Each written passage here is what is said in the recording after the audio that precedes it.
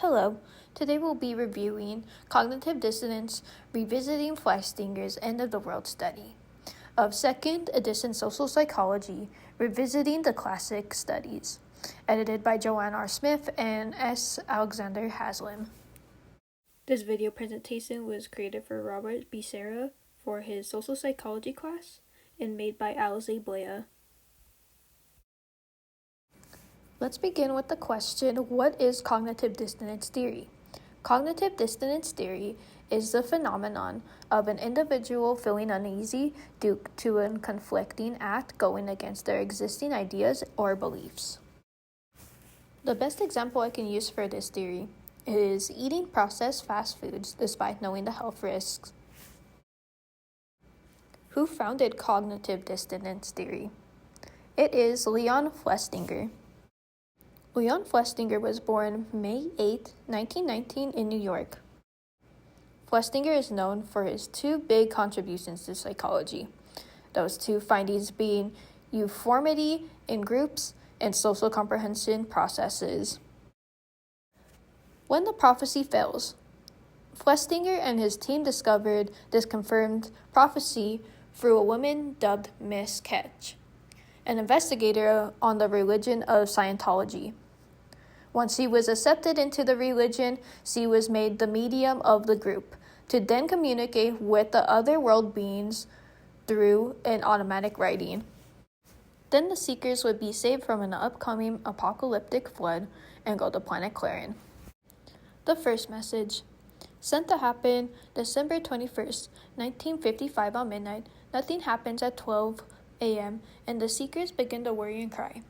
But at 4 a.m., Miss Ketch receives a message stating, "For this day is established that there is but one God of earth, and he is in thy midst, and by his word have ye been saved. Not since the beginning of time has there been such force for good and light as now floods this room." The second message. God gave the seekers a Christmas message request to be sent out to the rest of the world. Newspaper offices, press, and any other services were phoned by the seekers in hope of getting their message spread. Miss Ketch and the seekers used evangelizing as a method of reducing their perception that their prophecy failed. Festinger's end goal. After the findings of Miss Ketch's experiment, Festinger and his team's goal was now the following: to figure out what attitudes that everyone would collectively agree on that would make contestants change a narrative to that attitude. The prediction of the second study. Leon Festinger and James S. Carl Smith both agree that the larger inducement, the less likely a person is going to be grading towards the experience. Measures of performance. Done at Stanford. How Festinger's team set up this experiment was simple. Some participants were controlled or paid upfront while others were not. Each participant was seated individually in a room alone in front of a large square board with 48 rectangular wooden pegs. The participant then had to place all pegs in even rows, turning the peg 1/4 with their right hand. Once done, place the blocks where they were originally placed. Continue until you got the direction to switch off from your left hand and continue the same way that you did the task previously. Repeat. The test was said to last an hour when it was actually not timed. Once you were done with your test, the experimenter would then reveal the experiment was all a front. How you placed the blocks in the board did not matter, and it was a lie about the experiment being fun.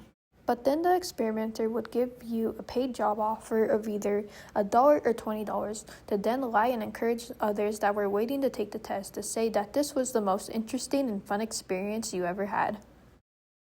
Results. Festinger and Carl Smith's hypothesis remained correct.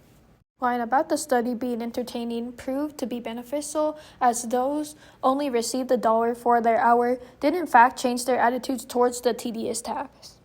Compared to those who got a high reimbursement, they remained with their opinion that the study was boring. The impact of Festinger's work. Continuing on afterwards, his 1959 measurement of performance study would be praised both within and outside of the psychology world. with other inspiring psychologists, using his work as a base to then add on to the idea. Behavior that is inconsistent with attitudes typically dissonance, because people feel like that they have acted freely, and because inconsistent behavior typically produces an unwanted effect.